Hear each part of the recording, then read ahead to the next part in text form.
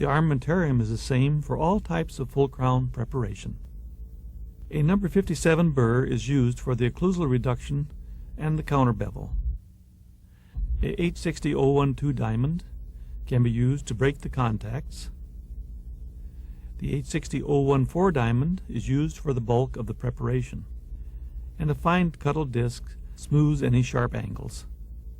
This is a typical full crown preparation with a straight line angle cut across the occlusal, with inclines on the occlusal walls. We keep the walls fairly straight without too much taper, so the crown will not only have retention, but it also provides less bulk of gold, which allows us a more accurate fit of the castings. We try to have a little taper to the walls in the typical preparation.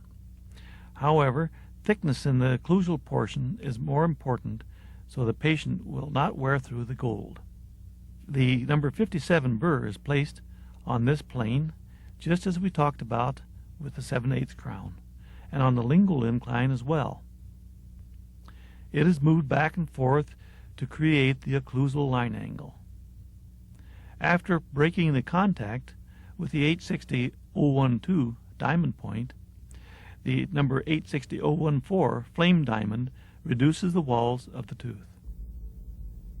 This leads me to what I refer to as the hollow ground crown preparation, where the necessary retention and resistant form is derived from a mesial and distal proximal hollow grind. This is particularly indicated when the proximal walls need to be extended gingivally because of previous lesions. As we begin our preparation, you can see the occlusal has been reduced with the number 57 burr as I have described, and we begin reduction of the walls. We start right away with the 860-014 diamond, hollowing out the proximal wall, preserving the ears of the preparation on the buccal, because if they are removed, we cannot have this preparation. You notice that we not only deepen the proximal as a hollow grind, it also is cut deep gingivally. And as the flowing outline takes shape, you begin to see the contours of this crown.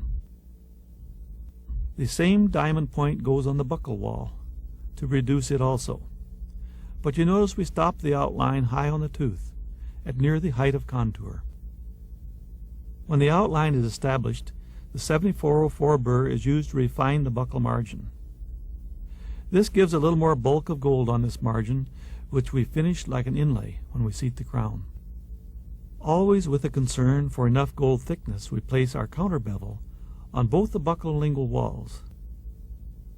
Usually there is more reduction on the buccal, where the wear is of most concern as the patient functions over this wall. So we polish the margins with a fine cuttle disc, and the preparation is finished.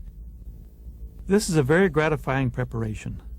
You can recognize the outline is considerably above the tissue, almost like a large onlay, and the tissue health remains excellent. Another preparation that allows us to keep the casting above the tissue is the full crown with a buccal shoulder. This preparation is used when it is not indicated to place a deep hollow grind on the proximal wall. For example, if there were no previous lesions or restorations that extended deep gingivally. It is usually indicated when there are fractures that require a full crown to bind the tooth together, and we desire to keep the margins off the tissue.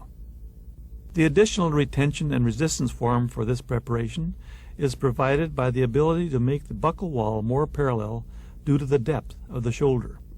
The number 57 burr in this particular approach creates a flat wall of some thickness. As a result, you can see the buccal wall is very parallel to the lingual to give special retention.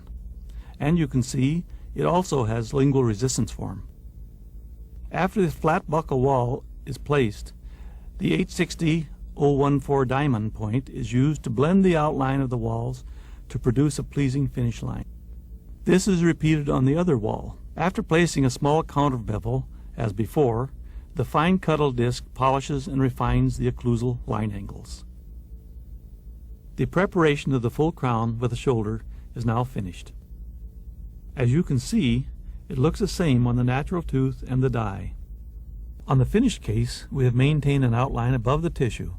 It is just another means of restoring a tooth in what we hope is a permanent manner without sacrificing either good tissue health or good tooth structure.